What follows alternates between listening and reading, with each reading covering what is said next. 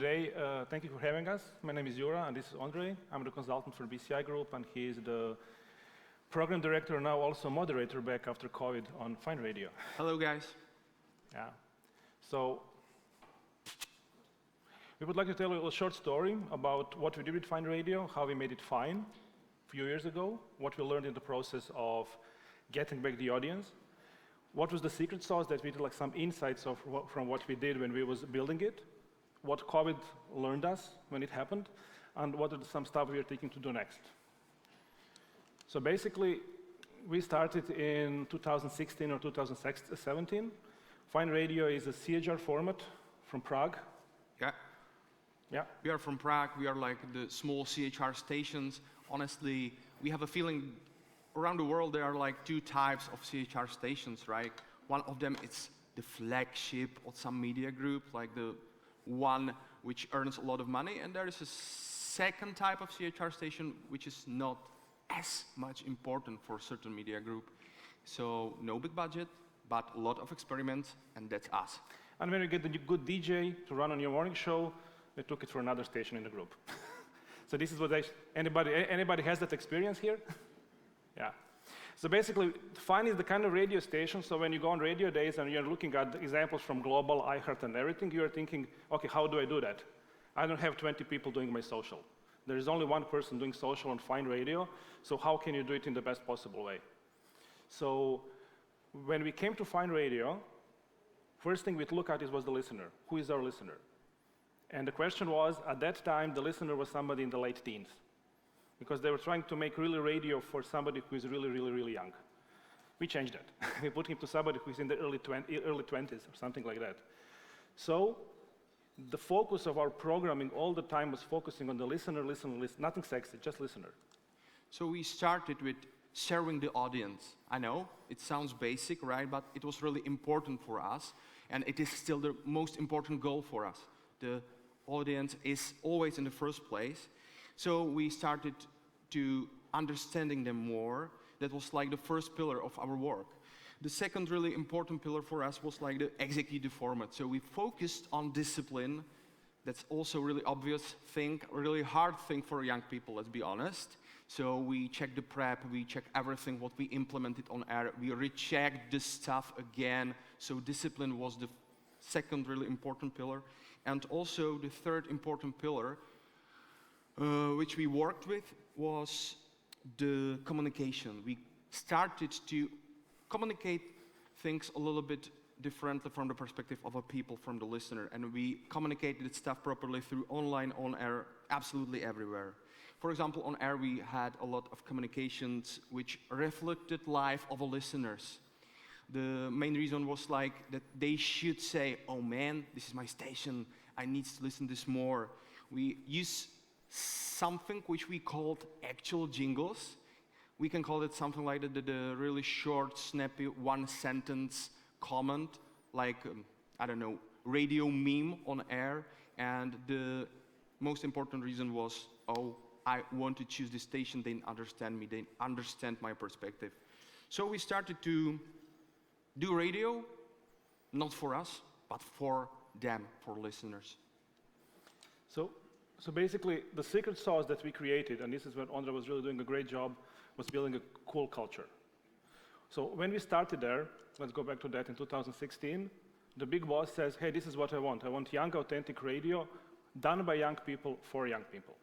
That was it. That was our why. So we were only focusing on that totally all the time. Of course, the question was, who are the young people? Who are working for us? Do we know them? Do we know actually who our personalities are? And what actually does authentic mean? And we were rechecking it all the time. So all the time it was the question of, oh, now TikTok is popular, or now Instagram is popular, so you're always riding on this wave. You're not standing and saying this is your strategy, but it's always playing with something. It's always being flexible. It's always trying something new.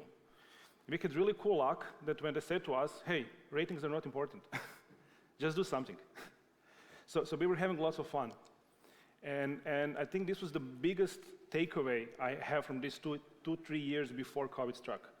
Two things. One is fun, other is understanding.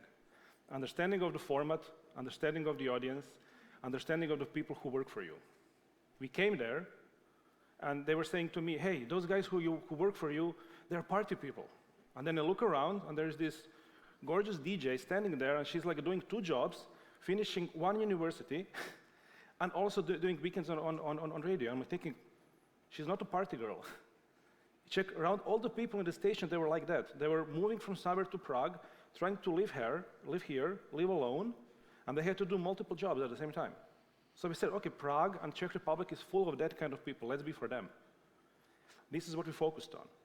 And then we focused on them understanding the discipline, not the rules, but why are we doing this? The other part, next to that, is having fun. Because if people on station are not having fun, if they come to work and just, hey, I have to do my clock, I have to do my content or go home, listeners feel it. They don't get it. They're thinking, oh my God, that's boring. That's just work. So if you can make them have fun, I think you can have a winning strategy at the end. Of course, fun without understanding is chaos. So balancing that. So what does it mean in the behind the scenes? Dobrý den! Ještě jedna aktivní kalorie. Tak vám to nebo ne? Ty vole, co jsi za golfistku? Nehraj s tím, přesně. Nešlo. Vždycká obruča. To je napínavý.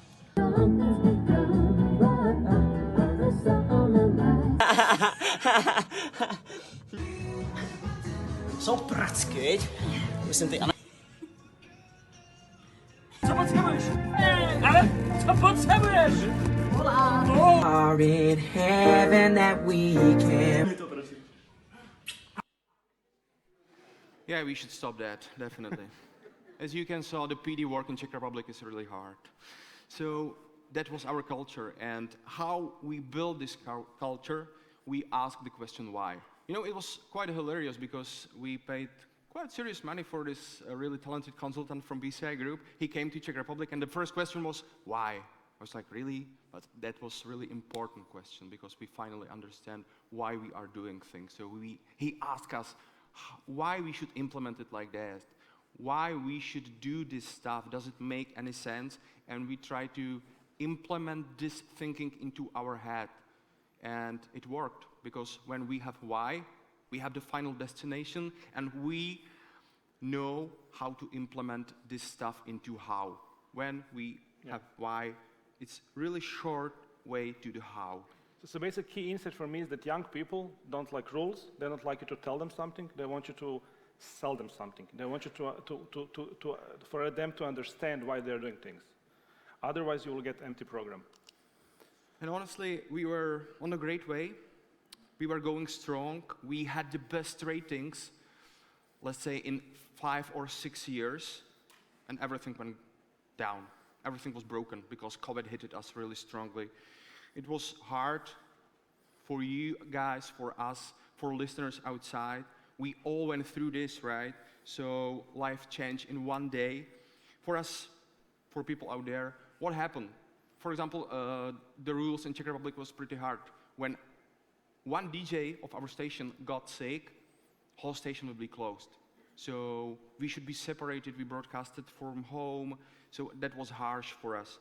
Of course, some impact for mental health and changing the habits of us and the listeners. So if we said before that the secret sauce for us was the culture, that was the enemy of our culture. But of course, they tried things. I was zooming them a lot.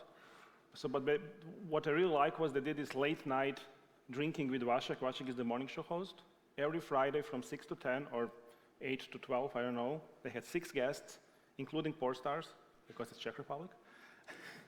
but they were really having fun getting to talk about gathering everybody. So it was like 6 or 7 episodes of these late night shows done from the morning show's bedroom.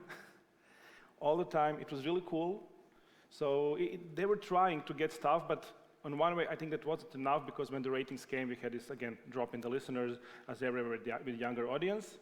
What we did focus on was online listening. Yeah, we, implemented comments and information about online listening everywhere. That was the most basic thing, but we implemented, mentioned on air, online. We paid some ads. We just want to get to know the people that you can listen us wherever you want, everywhere around the Czech Republic, and how you can see it worked. We increased like by 56%. So it worked. So basic lesson for me here was always communicate how they can listen to you. Don't think they know it. And always choose one, okay, you can listen to us, go online or go to the app or something. Choose one way, and then actually we'll see the increase of listeners. At least it happened to us. So what's next? So the question we are asking ourselves right now, we had something cool till 2019, then everything fell down again. So is radio just enough? Or can we do something else? One of the big problems we have right now is that this is what Urban Dictionary says on radio. And Gage, the dictionary geek, he's a really cool guy. He says this is the radio. But the biggest problem actually is that there is no definition of radio in Urban Dictionary for the last 2 or 3 years. And there are lots of them. So basically, they somehow don't see radio as an interesting thing. So the question is how we should attract young audience. And our main pillar is make them miss us. Make them miss you guys. That's for us the important mission. Can you make them miss you? Can we create something which gonna make them feel, oh man, I need to listen every day, I need to be there, I need to be part of the community. So on every platform, we want to use snackable content which show them, this is my radio station, I need to be part of this community, this companionship. That's important mission for them. Make them miss you.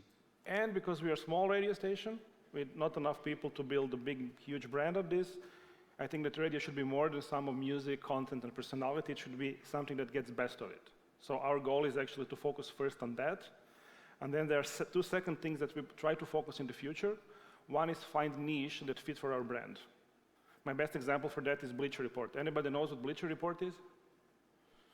It's like a really cool site for sports and everything else. And they have like huge following in US. Then they started with Bleacher Report sneakers, Bleacher Report gaming. So identify audiences that fit to their brand and that works for them. So we want to do this in Czech Republic, finding certain amounts of niche audience who are passionate about something, and then find out, is it a blog, is it a video blog, or is it a podcast, or whatever for that. Yeah, and one of the last things, we are in front of really important question, how to use our social media. Because should we use it like the marketing platform for radio, or should we be more on the social media? Should we use it like stand-alone social platform, which is not competing with radios, but with influencers, with some strong, influential brand which is out there? And that's it, our 12 minutes. Thank you. Great, thank you so much, Juraj and Ondrej from FAJN Radio. It looks like you're having a lot of fun in Prague. We are going to move to further west to Spain, where we are going to talk to Judith, the pronunciation, Argila. Argila. Argila, welcome. Not bad. Thank you. Thank you. So let me organize myself for a second. Water, timer, clicker, nice. Good morning, everyone. It's I'm delightful to be here to represent Spanish radio in this Congress, a little bit of people from the South. It's nice to be with all of you. And thank you guys for your first explanation, because it really, I think it kind of fits a lot with what I'm going to tell today. I come from a public broadcaster in Spain. It's Catalunya Radio. It's like I always say it's equivalent to the BBC. Come on, understand me. It's like a little teeny scale, but we're a public broadcaster, and that means it's harder for us to focus on niche because we have to serve the broader audience. We've been invited today to explain you how the hell Catalunya Radio won back the young ones, because, spoiler alert, we have. So, what's the story? Basically, our reality, demographic reality in Catalonia is much the reality in all Europe, unlike the BBC service that was saying minutes before us that there is a young world out there. In the case of Spain, in the case of Catalonia, it's not a young world, it's much more an old world. People listening to radio stations, half of it's beyond 50 years old. That's our reality in terms of audience. Another thing that has happened recently is that we have lost, in the last 2 years, almost 500,000 listeners to music stations in the radio spectrum in Catalonia. As you know, music used to be the entry path for youngs to the habit of listening to radio. That means that young people is not listening to music anymore. Is that happening? Not at all. What is happening, what we all know, that they are listening to music in other platforms. But we are losing a chance here to get those people into the habit of listening to our contents. Even that being so, Catalonia Radio has been recognized. I put you the data where it comes from, the sources on the bottom. We have been recognized as the most listened radio brand among the youngsters in Catalonia. I wouldn't lie to you today. I don't want to lie to you today. We are not a young radio at all. We are much more of an old kind of radio station. But still, among all the radios in Catalonia, we have reached the highest peak of young audience. It's not a super high peak, but it's the highest. And maybe the next year we lose that. But how does that happen? What have we done? Basically, well, you can see this is the first pie chart that I see in this Congress. I don't know if that's a good news or a bad one. This is our audience. You can see that half of it, more or less, is plus 55. But there's a little corner of sunlight on the right bottom that people from 18 to 34, I'm considering, I'm being generous with that idea of young people, okay, but Zetas and millennials that we include today as our listeners. So maybe the thing is that we are trying to reposition ourselves not as a radio brand, but as an audio brand. We are trying to move to the idea that we produce radio, to the idea that we are experts on audio experiences. And that involves from voice assistants to creating narrative, fictional, structured storytellings that involve 3D sound with binaural audio or whatever that we come to mind. And from that idea of reposition ourselves like an audio experience brand, we begin to think, what can we do to reach those young listeners that are out there? But what we discovered, basically, is that there is like a magic formula. Okay, yeah, I'm the person bringing the magic formula. Okay, no, I'm kidding. It's not a magic formula, but I think it kind of might help you in your everyday. What we work with is a cocktail that contains basically 3 ingredients. The first of them, it's platforms. It's like a little bit the elephant in the room in this Congress. We are not talking that much about platforms. We have mentioned them, but I think we have to talk a little bit more about them. If we want to reach the young ones, we have to go where the young ones are. We have to be in their spaces where they gather to get around together, where they have their tools that allow them to express themselves in their own ways. And if they're being there, we have to go there if we want to find them. But it's not enough to be there. There's a second ingredient in this recipe. And the second ingredient is formats. It's not enough to enter the social media world or those new platforms. I was saying, like a grandpa who wants to enter on the disc on Friday night. You cannot enter if you are dressed with your old suits. You have to adapt your contents to the formats. You have to dress like them. You have to speak like them. You have to understand that if you are in YouTube, you cannot take your audio show and just pack it and wrap it and put the audio straight to the platform, because it's not going to work. If you don't speak the code of the platform, it's not going to work. So you have to produce native content, and that means teams, researchers, budget, and people who knows how to produce that kind of content. Is that enough? No. I think that there's a third ingredient to that recipe, that it's kind of a super key, and it's the hardest for us. And the 3 ingredient for us is to be young, to have a young voice, to have someone as a host that has the age of the people you want to reach. No matter if you have chosen the trendiest of the topics, or you are on the most important social media platform where all the youngs are, if who's speaking is an old voice with an old point of view, it's very difficult to reach the target. It's pretty much what you were talking about. Now, you have to be a young radio if you want to reach the young audience. The problem with us is we are a radio that was founded in the 80s, and basically all the people working there is about their 50s. They do excellent radio programs.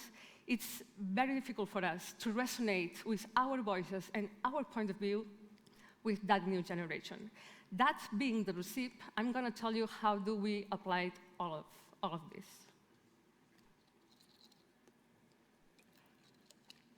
So what can we do if we are an old crowd trying to reach young people? Basically, we went out to the market. We found a production company that was basically a crowd of teenagers, and we let them a private room, a room aside, a room beyond the access of parents, adults, all kinds of adult people, and we let them all the freedom to create the content that they decide in the tone that they want, speaking as they want, and using the resources that they want. We just let them total freedom to speak about their own point of view and from their own lives. And this room is called Adolescents.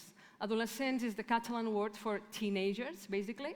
This started as a kind of radio show on Sunday evenings that we aired in parallel in our website and digital platforms, and also in a YouTube channel. And it was a live event that lasts for 1 hour or so, and the success was so good. We have such good engagement from the kids and the teenagers, that we decided to give more space to those kids. It basically become a bigger show that it's on air every day now. And we have also presence in YouTube. In YouTube we were at from the first time. We were also in Instagram, and we are also in Twitter. Those are the hosts of the show. As you can see, the oldest one is in his 30s, but all the rest are from 17 to 26, something like that. And actually, he plays a role like being the boomer in the room and kind of plays this game with the kids. I want to show you a little bit of the kind of content that these people are creating. The most successful piece of content that they have done is not actually the live show. It's a series of videos, short videos, they created for the YouTube channel. The first one called Pisos d'Estudiants. That means student flats, you know, that young people used to share spaces when they go to the big city to study. So they decide to enter with the cameras and the mics to those student flats on Barcelona and explore what was going on there. It's just 1 minute, but I want to give you the taste of the kind of content. You won't understand a word, probably, but I will tell you over. Pisos d'estudiants. A continuació anirem a un pis d'estudiants formats per 4 femelles. Què passa, tronca? Hola. Home, que ho tenim guapo, això, tronca, Ai, vigila, que el dia estàs de això. Literalment té el Satisfyer Pro 2 i el Satisfyer literalment al costat. Observem aquí com hi ha una miqueta de sedacionisme. Ara el que farem una mica és valorar la neteja, que m'expliqueu què és això. Està molt bé. Guapo, això. Està de puta mare. Oh, Dios mío. Oh my God. Okay, that was the trailer for the 3rd season. Actually, you can see the tone, you can see the colors, you can see what kind of cartoons we're saying. And as that, we have so many other kind of contents. I invite you to come over to the YouTube channel and explore a little bit. We talk a lot about dating and relationships in general. But I want to tell you also that this is the ideal cocktail for us, like the best of the recipes. But what happens if you don't have the 3 ingredients? Most of the times we cannot work with young people like that, and we still have to do things. Well, I think that there's hope still there. If you have the platform and the format, we are trying to, but you don't have the young face, we are trying to also do things. With 2 ingredients of the recipe, we are exploring. For example, we are entering with our old brand, Catalunya Radio, into very new spaces like TikTok, and we are entering in Twitch, and we are doing so in the only way that we can do, with lots of humor. Our bio read something like, "You thought we were boomers, but you haven't seen it all yet." And that's our old people from the radio making challenges for you to, for TikTok, and trying to pick that fresh content that might work there. We are also in Twitch exploring with sports retransmissions on several shows. And then we have other experiments that not having a young face in front of them and not even having the format, being super classic formats, have had really big success in those platforms. The best example is a true crime show that is working super well, and this is a very classic audio journalistic fictional narrative, and it's having huge success among the youngsters. And this is a humor show. I just want to finish by trying to wrap up our key insights. If I have to make a sum up of what I've told up till now, for me, this is the key, 3 ingredients for this cocktail. Be in their platforms, use their formats, and use their voices if possible. We have talked a lot about misrepresentation of ethnic minorities, gender in this kind of Congress, but we haven't talked a lot about misrepresentation of young people working on radio stations. So this is probably one of the most things that we have to tackle. And if I have to add a little olive to that cocktail, I would say that the contents that you should cover is humor, music, and relationships. Those are like the 3 big topics that are working well in everything that we do with youngsters. And if you put a close attention to that, humor, music, relationships, it wasn't that what we used to do in radio when we create shows for the youngs. It's exactly the same topic. So I might ask, the path to the young ones to listen to our content is still there.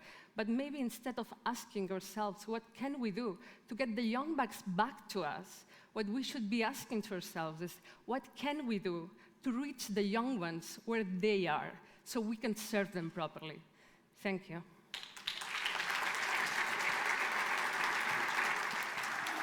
Thank you so much, Judith from Radio Catalunya in Spain. That was awesome, thank you. And now, over to something slightly different. We'll hear from International Public Service. And Sinatou Saka will tell you all about it. Please welcome her.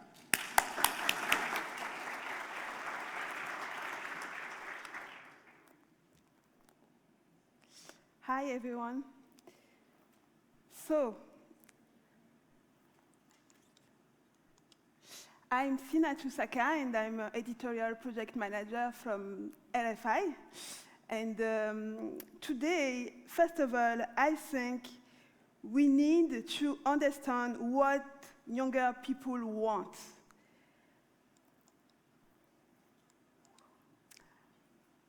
Who we are. We are International Public Radio in more than 20 languages. And we are first radio in French-speaking countries in Africa. Our audience is 60% of Africans under 24 years old. I decided to share quick tips to win back the younger listeners. First, reorganize our newsroom. 2, write inclusive stories. And 3, be present on new platform. For us, we think this generation is basically telling us, make me think, make me laugh, and give me the floor. We create 3 podcasts addressed to address younger people. We have l'Afrique qui gagne with maker changers in Africa. Alors on dit quoi? To create a debate between younger people. And the Ballet Path, this is a podcast about feminism in Africa. Younger people need to identify herself in our story. So we need to integrate younger people in our stories.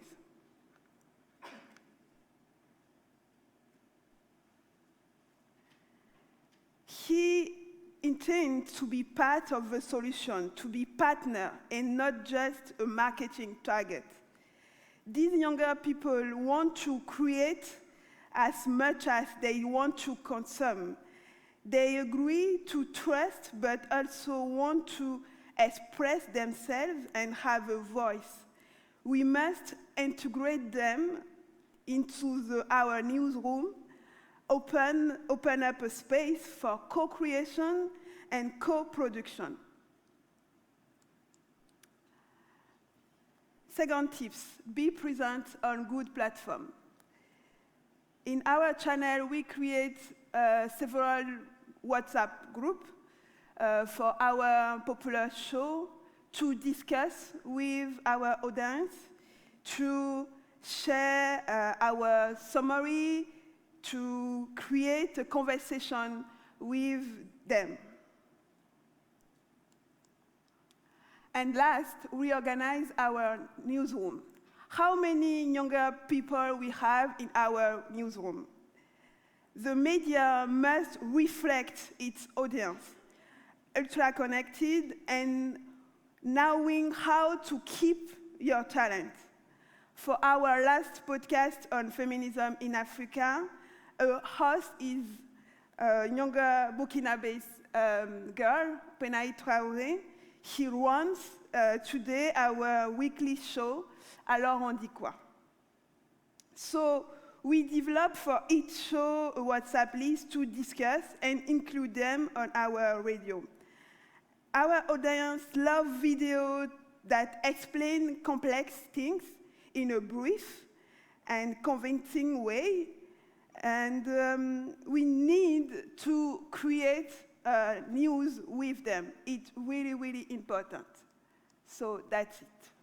Thank you.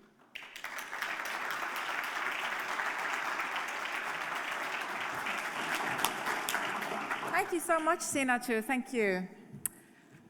Win back the younger listeners. That's a big question. And are there any questions from the room? And before we pass on the microphone, if you are following us from home via swap card, there is also the opportunity to ask a question on there, and we make sure that it's passed on to the speaker. So, if you have any questions, raise your hands, please.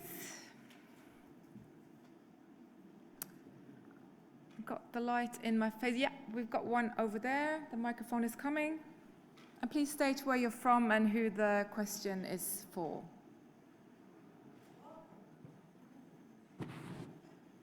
Hello, João from the Portuguese Radio, from RDP International. Question to Judith. Hola, Judith. I understood that you placed the program on Sunday nights. Was it that way? And why on Sunday nights? Why on Sunday nights? I've been working on social media strategies for 13 years right now. Okay, I'm getting older.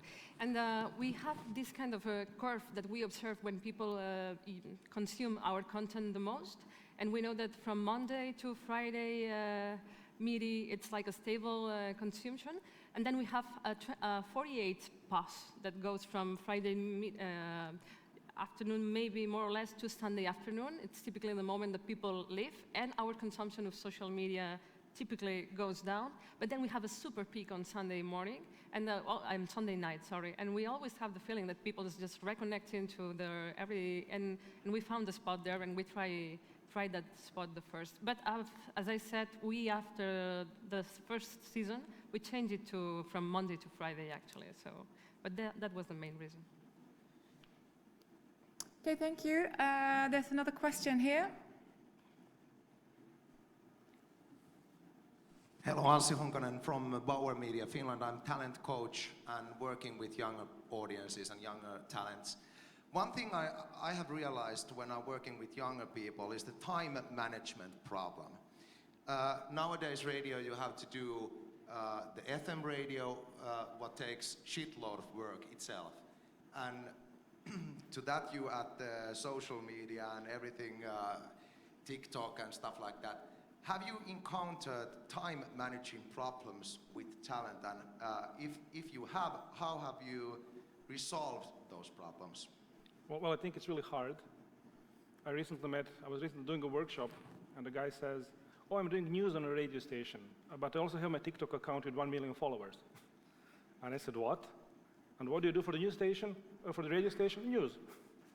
And how do you do your TikTok? Well, I go for the TikTok and I look at it, and I go for the YouTube video, how to make it.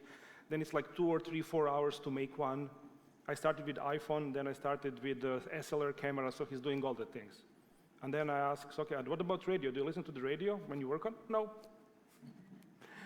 So I think that's one of the biggest problems is maybe we should stop looking for radio people, but we should start looking for personalities who have something to say. And if somebody has real talent in TikTok or social media, using for that. But don't look for somebody who has a nice voice. Look for somebody who reflects people around you. Who actually, I think this is the hardest thing. You can teach somebody to be good on radio, but it's really hard to teach somebody to have something to say.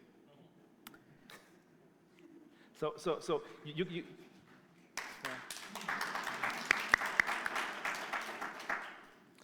And if you have right people, I think that's easy, right? And of course, things change when they have family or whatever, then their time balance changes. But at that time, it's pretty easy if you find somebody who lives that. Thank you. I've also got some questions coming in on Swapcard. The first one is to all of you. It's how do we get the younger people away from Spotify and similar platforms to be fans of radio? And it's music again. So I don't know which one of you want to start. We've got 3.5 minutes left. Maybe Ondrej? Juraj, sorry. I don't think you can because it's convenience. If I want to listen to the music, I will listen to the music. But I think at one point you get bored of choosing it. You get bored of choice. So you go to the radio. So if your radio is built in a good way, you know, okay, I'm going there for that. And if you put some content on there that reflects me, I'm going to rather go for that than for some empty playlist that just plays the music I like. So I think we just do good content and good connection with the people. But if they want just music, I think it's really hard. If they want music and control it or whatever, I think it's really hard to do that. You have to be part of their life, you cannot replace it. Judith? I think this is a really important question and reflects a little bit the feeling of the industry that we are losing them, but I think that we have to change our mindset.